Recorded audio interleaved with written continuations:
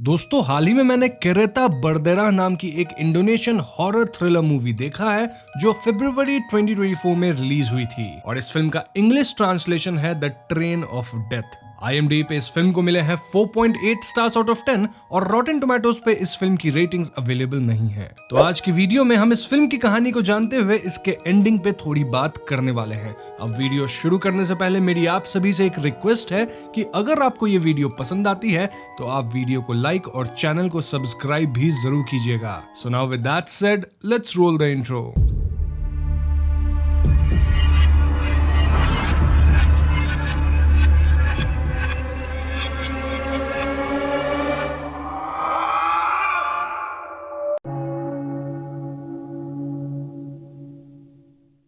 तो मूवी की शुरुआत में हमें एक घने जंगल का सीन दिखाया जाता है जहां जंगल के बीचों बीच कई सारे पेड़ काटे जा रहे थे फॉर रेलवे लाइन कंस्ट्रक्शन। तभी सीन चेंज होकर एक टेंट को दिखाता है जहां एक शमन कह रहा था कि इस कंस्ट्रक्शन को जल्द से जल्द रोक दीजिए, नहीं तो वो लोग नाराज हो जाएंगे। अब ऑफिशियल्स उसकी बातों को नहीं सुनते और उसे धक्के मार के टेंट से बाहर निकाल देते हैं। जाते जाते वो शमन कहता है कि इसका अंजाम मौत से भी भयावह होगा। एट दिस पॉइंट हम व्यूअर्स के मन में सवाल आता है कि आखिर वो लोग कौन हैं और इसके बारे में फिलहाल तो हमें नहीं बताया जाता। अब उसी रात दो वर्कर्स पाइमोन और डाटो कंस्ट्रक्शन करते हुए दिखाए जाते हैं। अब हालांकि उस दिन के लिए उनका शिफ्ट ओवर हो चुका था, पर दोनों कुछ एक्स्ट्रा पैसे कमाने के लिए वहां रुक जाते हैं और एक्स्ट्रा काम कर रहे थे। तभी पाइमोन एक पत्थर से भारी ट्रॉली लिए अंधेरे में जाता है, मगर वो वापस नहीं आता। डार्तो कई बार पाइमोन को बुलाता है लेकिन उसका जवाब नहीं आता। अब डार्तो खुद भी धीरे धीरे अंधेरे की तरफ चलने लगता है और वहां उसे एक भयावह दृश्य दिखता है। जी हाँ दोस्तों, डार्तो देखता है कि एक भयानक एंटिटी पैमोन को जकड़ के रखी थी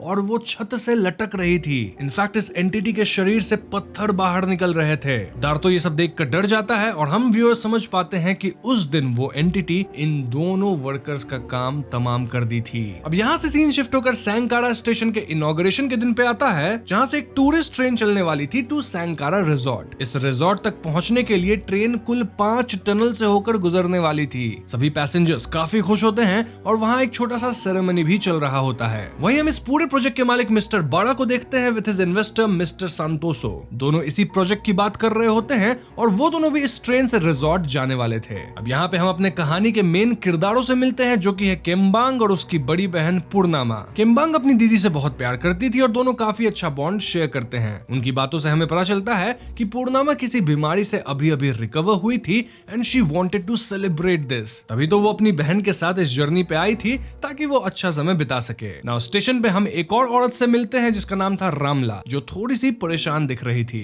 नाउ ऑफ कोर्स स्टेशन पे इतनी सारे सेलिब्रेशन चल रहे हैं तो वहां एक तरह का केओस भी क्रिएट हो गया था और यहाँ हम रेलिंग के बाहर बहुत सारी औरतों को हाथ में बैनर लिए चिल्लाते हुए पाते हैं और वो कह रही थी कि give me back my husband, या फिर वो चिल्ला रही थी कि वेयर इज माई हस्बैंड। रामला इन लोगों को देखकर और ज्यादा परेशान हो जाती है। मिस्टर सांतोसो भी ये देखकर परेशान हो जाते हैं और वो मिस्टर बाड़ा से पूछते हैं कि आखिर ये लोग कौन हैं और क्यों चिल्ला रहे हैं। इस पे मिस्टर बाड़ा कहते हैं कि ये सब कुछ नहीं है, आप चिंता मत कीजिए, सिचुएशन अंडर कंट्रोल है। लेकिन दोस्तों हम व्यूअर्स क्लियरली समझ पाते हैं कि मिस्टर बाड़ा कुछ तो छिपा रहे होते हैं। खैर तो अब सारे पैसेंजर्स के बोर्डिंग का टाइम हो चुका था और हम ट्रेन के एक स्टाफ से भी मिलते हैं जिसका नाम था टेकुन। पहले इंप्रेशन में टेकुन काफी अच्छा और हेल्पफुल इंसान दिख रहा था। तो आगे सारे पैसेंजर्स अपने अपने जगह पर बैठ जाते हैं और ट्रेन रिजॉर्ट की तरफ चल पड़ती है। दोस्तों इस पॉइंट पे मैं आपको ट्रेन के बारे में कुछ डिटेल्स दे देता हूं। तो इस ट्रेन में टोटल 5 ही डब्बे थे। लास्ट के 2 डब्बे 4 और 5 इकोनॉमी क्लास थी, वहीं पहला और दूसरा डब्बा बिजनेस क्लास था और बीच वाला 3rd डब्बा कैंटीन था जो कि ना सिर्फ इकोनॉमी एंड बिजनेस क्लास को सेपरेट करता था बल्कि उन्हें फूड सर्व करने का भी काम करता था। दोस्तों केम्बांग और पूर्णिमा को लास्ट यानी 5th डब्बे में 2nd लास्ट सीट मिली थी और यहाँ मैं आपको ये सारी टेक्निकलिटीज इसीलिए बता रहा हूँ क्योंकि मूवी में इसका बहुत बड़ा रोल है। खैर तो सारे लोग खुश होते हैं और अपने अपने तरीके से सफर का मजा ले रहे होते हैं। Mister Santoso and mister Bada along with other investors first डब्बे में थे with some rich people in the 2nd compartment, जिसमें एक आदमी क्रिस और उसकी पार्टनर थे जो बहुत सारे पैसे लेके ट्रैवल कर रहे थे। रामला इकोनॉमी क्लास में ट्रैवल कर रही थी जो कि 4th कंपार्टमेंट में थी। तो अगले सीन में हम रामला के बारे में जान पाते हैं जो ट्रेन में मिस्टर सांतोसो से बात करने आई थी क्योंकि उसका पति घर वापस नहीं लौटा है। जी हाँ दोस्तों, उसका पति और कोई नहीं बल्कि मूवी के पहले सीन में दिखाया गया वर्कर डार्तो दार्तो था, जिसके बारे में हम जानते हैं कि उसे एक अजीब एंटिटी ने मार डाला, लेकिन ऑफ कोर्स दार्तो की मौत की बात उसकी फैमिली तक को नहीं ही बताई गई होगी। यही वजह है कि रामला अपने पति के बारे में खोजबीन करने आई थी। तभी उसे दरवाजे के बाहर अपना पति दार्तो दिखाई देता है और वो भागकर कैंटीन में यानी थर्ड कंपार्टमेंट में जाती है। वो एक लेडी स्टाफ से पूछती भी है कि क्या आपने एक वर्कर को यहाँ देखा है, लेकिन लेडी स्टाफ का कहना था कि यहाँ तो कोई भी ऐसा आदमी नहीं है। तभी वो कैंटीन में ही दूसरे साइड पे मिस्टर सांतोसो को देखती है और वो वहां जाने लगती है, लेकिन उसे रोका जाता है सेइंग कि इकोनॉमी क्लास के पैसेंजर्स बिजनेस क्लास में नहीं जा सकते। ऐसे में रामला डिसाइड करती है कि वो कैंटीन में ही वेट करेगी और वहां अपना कॉफी भी बनाने लग जाती है। खैर आगे मिस्टर सांतोसो मिस्टर बारा से पूछते हैं कि ट्रेन स्टेशन पे वहां क्या हो रहा था और वो औरतें क्यों प्रोटेस्ट कर रही थी। इस पे मिस्टर बारा कहते हैं कि वो सारी औरतें इसलिए प्रोटेस्ट कर रही थी क्योंकि मैंने कुछ लोगों को स्टेशन ऑफिस से निकाल दिया था। आप चिंता मत कीजिए, ये सब तो होता ही रहता है। ये सब सुनकर मिस्टर सांतोसो कहते हैं कि इस तरह की जो प्रॉब्लम्स है उसका समाधान निकालो, वरना मैं अपने गेस्ट्स इन्वेस्टर्स के सामने एम्बैरेस्ड हो जाऊंगा। तभी सीन शिफ्ट होकर केम्बांग और पूर्णिमा पे आती है। दोनों कुछ बातें कर रहे होते हैं कि तभी पूर्णिमा कहती है कि उसे वॉशरूम जाना है। वो अपने कंपार्टमेंट के टॉयलेट में जाने लगती है, but to her utter disappointment वहां ऑलरेडी बहुत ज्यादा भीड़ थी और ऐसे में वो फोर्थ कंपार्टमेंट के वॉशरूम में चली जाती है। तभी हम देखते हैं कि पूर्णिमा को उल्टी होने लगती है एंड इट वाज क्लियर कि शी वाज नॉट वेल। वो कुछ वक्त तक उसी वॉशरूम में बैठी होती है ताकि वो थोड़ा रेस्ट ले सके। वहीं हम भी उस वॉशरूम के मिरर में पैमोन की आत्मा को एज घोस्ट देख पाते हैं, जो कि एक पल में ही गायब हो जाता है। दिस क्लियरली इंडिकेटेड कि ये ट्रेन ऑलरेडी हॉन्टेड है और वो भी उन स्पिरिट से जो कि कंस्ट्रक्शन के वक्त मारे गए थे, जैसे कि दार्तो, पैमोन और शायद मेनी मोर लेबरर्स। तभी ट्रेन एक टनल में घुसती है और हम फिफ्थ इकोनॉमी कंपार्टमेंट में कुछ अजीबोगरीब चीज होते हुए देखते हैं। फॉर एग्जांपल उस कंपार्टमेंट में हम एक छोटे बच्चे की घोस्ट को देखते हैं। देन ट्रेन का इंचार्ज मिस्टर सिद्दिक सीसीटीवी में देखता है कि कंपार्टमेंट का डोर अपने आप खुल रहा था और बंद हो रहा था। इनफैक्ट रूम की लाइट्स भी फ्लिकर करने लग गई थी और हम हॉरर फैंस जानते ही हैं कि ये सुपरनैचुरल के प्रेजेंस को इंडिकेट करता है। तो ऐसे में मिस्टर सिद्दिक एक स्टाफ को भेजते हैं ये चेक करने के लिए कि सब कुछ ठीक तो है ना। वहीं अब तक किम्बांग भी चिंतित हो गई थी क्योंकि पूर्णिमा अभी तक वॉशरूम में ही थी। ऐसे में किम्बांग चेक करने जाती है, लेकिन जब उसे अपने कंपार्टमेंट के वॉशरूम में पूर्णिमा नहीं दिखती तो वो फोर्थ कंपार्टमेंट के वॉशरूम में चेक करने जाती है। उसी दौरान एक छोटे बच्चे की आत्मा एक छोटी लड़की को डरा देती है और वो स्टाफ भी कुछ देख के बहुत डर जाता है। हम व्यूअर्स तो बस उसकी चीख सुन पाते हैं। खैर तो ट्रेन टनल से बाहर निकलती है और तब तक सब कुछ ठीक हो गया था। पूर्णिमा भी वॉशरूम से बाहर आ गई थी और किम्बांग देखती है कि पूर्णिमा के बाल खराब हो गए थे। किम्बांग के पूछने में पूर्णिमा कहती है कि ये सब सिर्फ मोशन सिकनेस की वजह से हो रहा है, बट किम्बांग वाज लाइक कि नहीं, जैसे ही हम रिजॉर्ट जाएंगे हम लोग तुरंत एक डॉक्टर को कंसल्ट करेंगे। अब आपको ध्यान होगा कि पूर्णिमा फोर्थ कंपार्टमेंट के वॉशरूम में गई थी, बट इस पॉइंट पे पूर्णिमा रियलाइज करती है कि डोर के बाहर तो फिफ्थ डब्बा होना चाहिए था ना, लेकिन वहां तो कोई डब्बा था ही नहीं। जी हाँ दोस्तों, फिफ्थ कंपार्टमेंट जहां ये दोनों बहनें बैठी हुई थी वो अब ट्रेन में ही नहीं था। ऐसे में दोनों चिंतित हो जाते हैं और दौड़ के टेकुन से ये सारी बात बताते हैं और टेकुन यहाँ सेकंड कंपार्टमेंट में चाय सर्व कर रहा था टू बारा एंड सांतोसो। टेकुन कुछ समझ नहीं पाता और चेक करने जाता है एंड टू हिज शॉक वो भी देखता है कि फिफ्थ कंपार्टमेंट था ही नहीं। लेकिन यहाँ टेकुन अपने आप को मैनेज करता है, अपना दिमाग लगाता है और वो तुरंत फोर्थ कंपार्टमेंट के पैसेंजर से ये कह देता है कि किसी टेक्निकल ग्लिच के कारण हम फिफ्थ कंपार्टमेंट को अलग कर दिए हैं और वहां के पैसेंजर्स अब डायरेक्टली रिजॉर्ट आ जाएंगे। तो ऐसे में किसी को कोई चिंता करने की बात नहीं। और इसके बाद वो ये सारा सिचुएशन बताने के लिए सीधा मिस्टर सिद्दिक के पास चला जाता है। अब सीन शिफ्ट होकर किम्बांग और पूर्णिमा पे फोकस करती है जो कैंटीन में ही बैठे थे। क्यों? क्योंकि उनका कंपार्टमेंट तो अब बचा ही नहीं था ना। तब पूर्णिमा को फिर से थोड़ा प्यूकिश फील होता है और वो वॉशरूम में चली जाती है। उसके जाने के बाद किम्बांग को एक कॉल आता है फ्रॉम पूर्णिमा's डॉक्टर, जो उससे कहती है कि पूर्णिमा अपना इलाज पूरा किए बिना ही हॉस्पिटल से चली आई है। और दोस्तों तब हमें पता चलता है कि पूर्णिमा को लिवर कैंसर है जो कि बहुत बुरे स्टेज में है और ऐसे में पूर्णिमा को जल्द से जल्द मेडिकल हेल्प की जरूरत है। पूर्णिमा किम्बांग से छिपाई थी कि उसकी सर्जरी अनसक्सेसफुल रही थी और वो ज्यादा दिन तक जिंदा नहीं रहने वाली। तो इसके बाद पूर्णिमा जब किम्बांग के पास वापस आती है तो किम्बांग उसे डायरेक्टली कन्फ्रंट करती है कि तुमने मुझे ये सब क्यों नहीं बताया, क्योंकि देखा जाए तो पूर्णिमा का किम्बांग के अलावा और दूसरा कौन ही है। इस पॉइंट पे यहाँ एक इमोशनल सीन होता है जहाँ पूर्णिमा कहती है कि वो अपनी आखिरी बची हुई कुछ दिन खुशी से बिताना चाहती है अपनी बहन के साथ, ना कि हॉस्पिटल में। लेकिन किम्बांग कहती है कि उसे ठीक होना ही पड़ेगा क्योंकि वो अपने पिता के साथ नहीं रहना चाहती जिनको उनकी कोई परवाह नहीं है। किम्बांग पूर्णिमा से कहती है कि उसे अपना इलाज जारी रखना चाहिए until she recovers fully। खैर यहाँ से सीन शिफ्ट होकर टेकुन पे आता है जो कि इलेक्ट्रिकल बोर्ड को चेक कर रहा था और यहाँ हम व्यूअर्स देख पाते हैं कि पूरा बोर्ड किसी चिपचिपे स्लाइमी वस्तु से ढक चुका था और उस पे एल्गी वगैरह भी जमा हो गई थी। लेकिन सोचने वाली बात यह है कि नए नवेले बोर्ड पे ऐसा होना तो पॉसिबल नहीं है। यहाँ तेकुन को अब ट्रेन वर्कर्स के घोस्ट वगैरह भी दिखने लग गए थे, जिससे वो परेशान हो गया था। मिस्टर सिद्दीक उससे कहते हैं कि ट्रेन के कंट्रोल सेंटर से उनका कनेक्शन टूट चुका है। इनफैक्ट फिफ्थ कंपार्टमेंट का मिसिंग होना भी एक बहुत बड़ी चिंताजनक बात थी, लेकिन मिस्टर सिद्दीक डिसाइड करते हैं कि वो सब कुछ खुद ही हैंडल करेंगे एंड 12 या फिर संतोषो को ये सब नहीं बताएंगे। तब तक तेकुन भी पैसेंजर्स को संभाल लेगा और जिनको भी ये बात पता है उनको वीआईपी ट्रीटमेंट दे दिया जाएगा, बोनस पॉइंट दे दिया जाएगा ताकि वो अपना मुंह बंद रख सके। तो इसके बाद तेकुन पुरनामा और किम्बांग से भी झूठ कहता है कि टेक्निकल ग्लिच की वजह से ऐसा किया गया है, मतलब फिफ्थ कंपार्टमेंट को अलग किया गया है। लेकिन सोचने वाली बात यह है कि पुरनामा और किम्बांग का सामान तो फिफ्थ कंपार्टमेंट में ही था ना। और इस पे तेकुन कहता है कि उनका सामान रिजॉर्ट पहुंच जाएगा और क्योंकि इन दोनों को इनकन्वीनियंस हुई है तो इसके लिए उन्हें बोनस पॉइंट भी मिलेंगे जिसे वो रिजॉर्ट में यूज कर सकते हैं। इनफैक्ट उन्हें अब बैठने के लिए फोर्थ कंपार्टमेंट में सीट दिया जाएगा। और ये सब सुन के पुरनामा और किम्बांग दोनों राजी हो जाती हैं। खैर तो इसके बाद ट्रेन सेकंड टनल में घुसती है और फोर्थ कंपार्टमेंट में अब अजीब चीजें होना शुरू हो गई थी। जैसे वहां एक सिंगर का ग्रुप था जो गाना गाकर अपना समय काट रहा था, लेकिन अचानक उनमें से एक बंदा चोक होने लगता है। उसके साथ साथ ही सारे सिंगर्स पजेस हो जाते हैं और अजीब अजीब चीजें कहने लगते हैं। किम्बांग ये सब कुछ कैंटीन के दरवाजे के बाहर से देख रही होती है। लकीली ये दोनों अभी फोर्थ कंपार्टमेंट में घुसे नहीं थे, कैंटीन में ही थे। और फोर्थ कंपार्टमेंट में हम उस एंटिटी को देखते हैं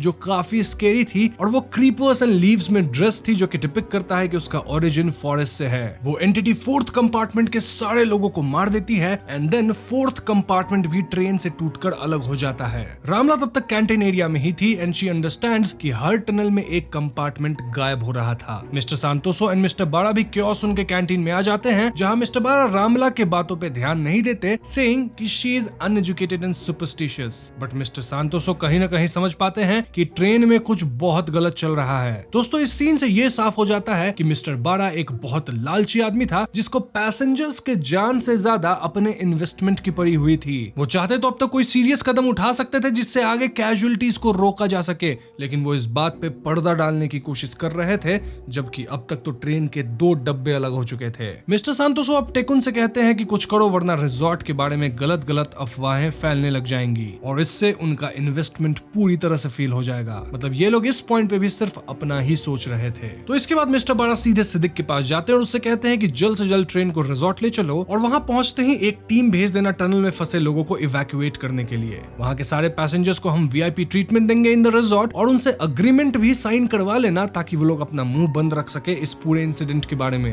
ये सुन के सिद्दीक भी मान जाता है, लेकिन सीसीटीवी कैमरा में मिस्टर बारा क्लियरली उस एंटिटी को देख पाते हैं। स्टिल वो कोई स्टेप नहीं लेते। इंस्टेड वो सिद्दीक को कहते हैं कि सीसीटीवी फुटेज तुम मिटा दो और किसी को पता मत लगने देना कि यहाँ ये सब हो रहा था। एंड दोस्तों गेस व्हाट, वो सिद्दीक से कहता है कि इस मुश्किल घड़ी में मैं तुम्हारे साथ हूँ। अब इस पॉइंट पे रामला संतोषो से पूछती है कि उसका पति कहाँ है, लेकिन संतोषो को पता ही नहीं था कि दार्तो मिसिंग है या दार्तो इवन था कौन। हर इस पॉइंट तक किम्बांग और पुरनामा को सेकंड डब्बे में सीट मिलती है जो कि ऑफ कोर्स बिजनेस क्लास था। पुरनामा अगेन तेकुन से पूछती है कि यहाँ हो क्या रहा है और तेकुन भी इमोशनल होकर पुरनामा से कहता है कि ट्रेन में किसी स्टाफ को नहीं पता कि आखिर यहाँ चल क्या रहा है। ऐसे में दोनों आर्ग्यू करने लगते हैं कि तभी पुरनामा को खून की उल्टी होती है, इंडिकेटिंग कि उसकी तबीयत अब बहुत खराब हो गई थी। अब दोस्तों ट्रेन फिर से टनल में घुस जाती है और इस पॉइंट पे हम देखते हैं कि कैंटीन के कंपार्टमेंट के अंदर मिस्टर सांतोसो थे along with some other VIP passengers and staff. वो लोग वहां डिनर कर रहे थे, but then again lights flicker होने लगती है और वो एंटिटी अपने पूरे ग्रुप के साथ उस केबिन पे हमला कर देती है। सांतोसो सभी से कहता है कि सारे लोग सेकंड कंपार्टमेंट में चलो, लेकिन सभी लोग वहीं जम जाते हैं। ये सीन काफी हॉरिफाइंग था और हम देखते हैं कि सभी लोगों को वो एंटिटी मार देती है, इंक्लूडिंग मिस्टर सांतोसो,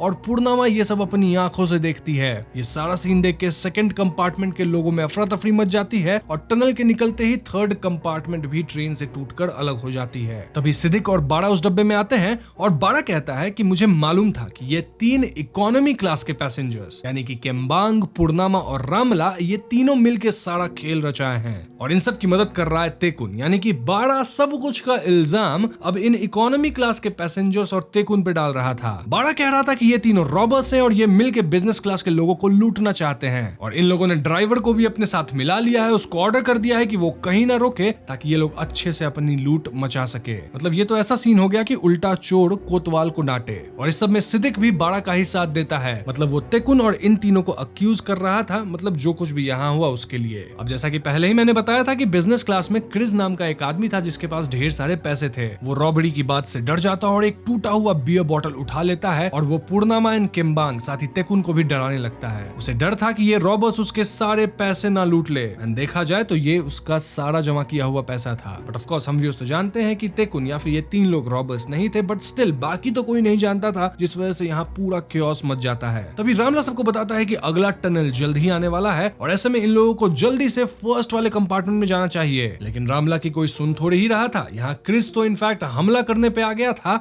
और वो पुरनामा को चोटिल भी कर देता है। वहीं बारा चुपचाप जाके फर्स्ट कंपार्टमेंट में घुस जाता है और वो दरवाजा भी बंद कर देता है। अब तेकुन देखता है कि क्रिस एकदम से पागल हो रखा है और ऐसे में वो क्रिस के ऊपर झपट पड़ता है और क्रिस उस पे भारी पड़ने लगता है। तब पुरनामा उसको बचाती है, लेकिन पुरनामा पे क्रिस की पत्नी अटैक कर देती है। यहाँ सब आपस में लड़ने लगते हैं और इसी बीच पुरनामा अपने हाथ में बियर बॉटल उठा लेती है, लेकिन बाई चांस क्रिस उससे खुद ही स्टैब हो जाता है। अब सबको तो ये लगता है कि पुरनामा सच में रॉबर है और वो जानबूझ के क्रिस को मारी है। मतलब मेजॉरिटी लोगों को अब इन तीनों पे एंड तेकुन पे शक होने लग गया था। बट स्टिल इन तीनों को तो पता था कि बचने का सिर्फ एक उपाय है और वो है फर्स्ट वाले कंपार्टमेंट में घुसना। तो ये लोग वहां घुसने का प्रयास करते हैं, लेकिन दरवाजा बंद होने के कारण तेकुन दरवाजे का ग्लास तोड़ता है और एक एक करके सारे लोग अंदर आने लगते हैं। तेकुन जब खुद लास्ट में अंदर आने लगता है तो लोग उसे पकड़ के पीटने लग जाते हैं, लेकिन इससे पहले कि लोग उसे मार देते, टनल आ चुका था और वो एंटिटी अब बिजनेस क्लास के लोगों पे हमला कर देती है। तो फाइनली लोगों को रियलाइज होता है कि एंटिटी वाली बात सच थी, ये लोग रॉबर्स नहीं हैं। इस पॉइंट पे पुरनामा कैसे भी तेकुन को अंदर ले लेती है और सबको इस एंटिटी की सच्चाई का पता चलता है। अब दोस्तों आगे का सीन काफी ब्रूटल एंड गोरी था, एंड क्या हो सकता है ये सीन आप लोग समझ ही रहे होंगे।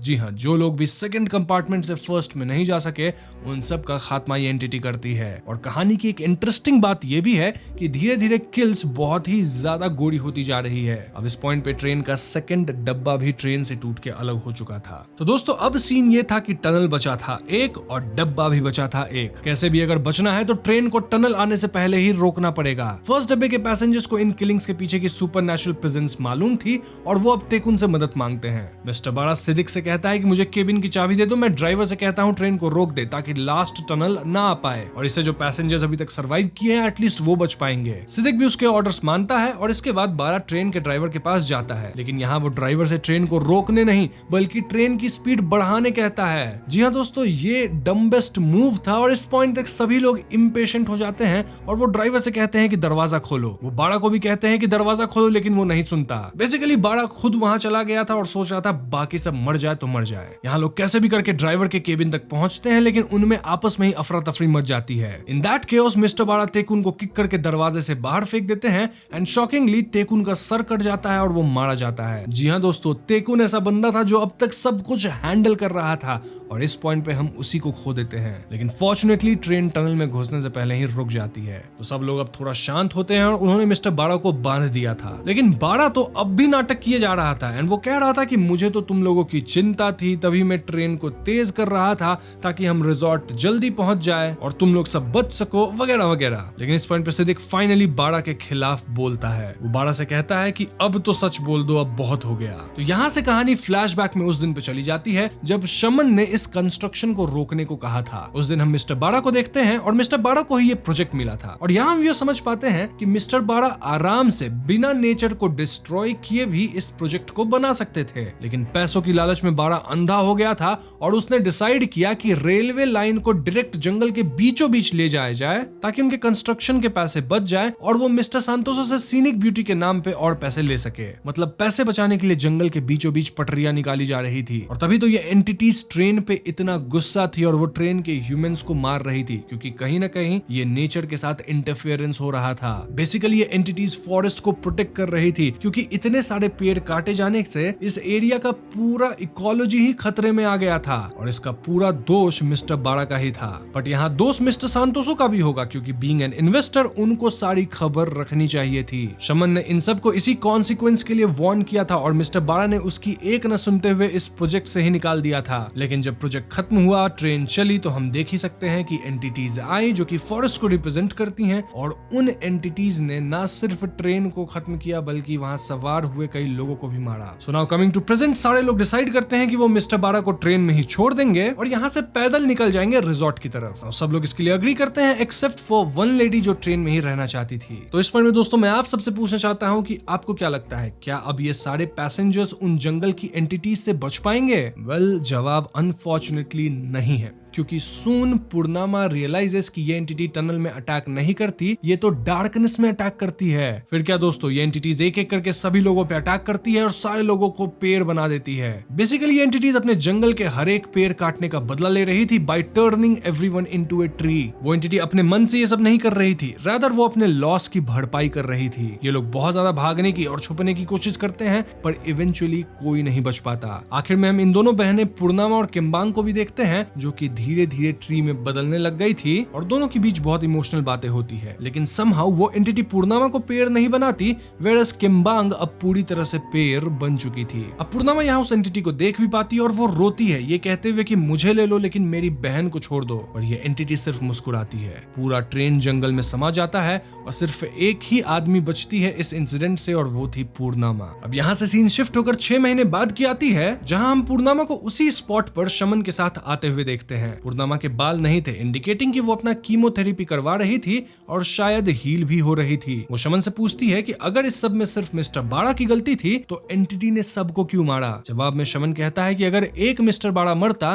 तो उसकी जगह कोई और बिल्डर आ जाता और इससे जंगल वापस कटता, लेकिन अब जब इतने सारे लोग इस हादसे में मारे गए हैं तो कोई भी इस जंगल में नहीं आएगा। इनफैक्ट जंगल को नुकसान करने से पहले 100 बार सोचेगा। पूर्णिमा ये भी पूछती है कि एंटिटी ने उसे क्यों नहीं मारा, तो शमन कहता है कि पेड़ के लिए तुम एक सॉइल की तरह हो और तुम एक अच्छी सॉइल नहीं थी। क्यों? क्योंकि तुम्हें कैंसर था, तभी उसने तुम्हें छोड़ दिया। यहाँ पूर्णिमा इमोशनल हो जाती है और अपने बहन के पेड़ के सामने जाती है एंड शी सेज कि तुमने मुझसे कहा था टू कंटिन्यू माय ट्रीटमेंट और देखो मैं शायद अब ठीक भी हो जाऊं। अब तो मुझे बूढ़े होते हुए देख पाओगी and I miss you a lot. और वो पेड़ के सामने बहुत रोती है। यहाँ गजब बात ये थी कि पेड़ भी उसकी बातों पर रिस्पॉन्ड कर रहा था। आई मीन उसके सारे फ्लावर्स ब्लूम करने लगते हैं और मूवी यहीं पे खत्म हो जाती है। तो दोस्तों ये थी द ट्रेन ऑफ डेथ की कहानी जो कि काफी सिंपल सी प्लॉट पे बनी है। मतलब यहाँ काफी गोर है, हॉरर एलिमेंट्स हैं, स्लैशर एलिमेंट्स भी हैं, लेकिन कहानी का मूल बहुत ज्यादा सिंपल है। मतलब स्टोरी का सीधा सीधा लेसन तो यही था कि जंगल की स्पिरिट को ये अच्छा नहीं लगा कि इंसान अपनी लालच में इतना अंधा हो गया कि वो पूरे जंगल का ही सफाया करने लग गया और इसलिए जंगल की एंटिटीज आई, इस लॉस का भरपाई करी और लोगों को मार गिराई। यहाँ मैसेज यही है कि nature is for our need not for our greed. लेकिन कहानी का एक डीपर मीनिंग भी था कि कैसे अपर क्लास के ऑफिशियल्स अपने लोअर रैंक के वर्कर्स को नेग्लेक्ट करते हैं और देखा जाए तो सारी असुविधाएं उन्हीं वर्कर्स को फेस करनी पड़ती हैं। कैसे बॉसेस को ये पता ही नहीं होता कि उसके अंडर काम करने वाला आदमी है कौन और उसके लाइफ की कोई वैल्यू नहीं होती। कहानी में ये भी एविडेंट था कि कंस्ट्रक्शन करते वक्त ही बहुत सारे वर्कर्स मारे गए थे, जिस वजह से ऑफ कोर्स वो लोग घर नहीं लौट पाए और उनकी चिंता उनके परिवार को थी।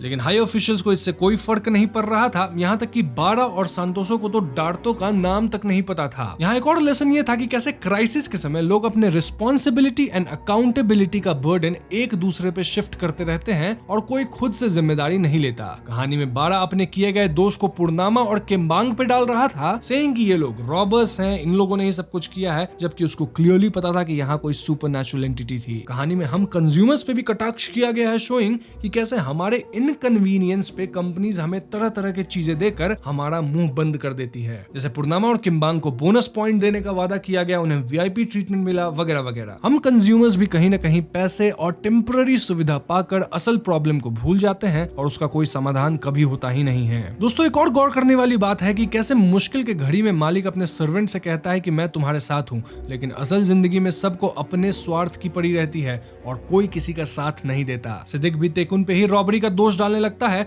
जबकि उसने पहले कहा था कि in the emergency we are together. और सबसे बड़ी आयरनी कहानी की ये थी कि फिल्म की शुरुआत में हमें ऐसा लग रहा था कि शायद पूर्णिमा ही मारी जाएगी, लेकिन होता कुछ और ही है जब एंड में किम्बांग पेड़ बन जाती है। जो डर किम्बांग को था अपनी बहन को खो देने का, वो सेम डर और दर्द एंड में पूर्णिमा महसूस करती है। दिस डिपिक्ट्स की लाइफ इज अनप्रेडिक्टेबल और वो कभी भी इंसान के प्लान के मुताबिक नहीं चलती। ओवरऑल ये फिल्म हॉरर, स्लैशर सब का तड़का लगाते हुए एक अच्छा मैसेज भी देती है। तो दोस्तों ये थी मेरी कुछ interpretations from the movie the train of death and आशा करता हूं कि आपको ये मूवी अच्छी लगी होगी। साथ ही अगर आपको मेरी एक्सप्लेनेशन अच्छी लगी है तो वीडियो को लाइक करें, शेयर करें और यहाँ अगर आपके मन में कुछ और थियरीज है तो वो भी आप कमेंट सेक्शन में लिख सकते हैं। जाने से पहले हमारे चैनल को सब्सक्राइब भी जरूर कीजिएगा क्योंकि हम अपने चैनल पे ऐसे वीडियोस लाते रहते हैं। पीस।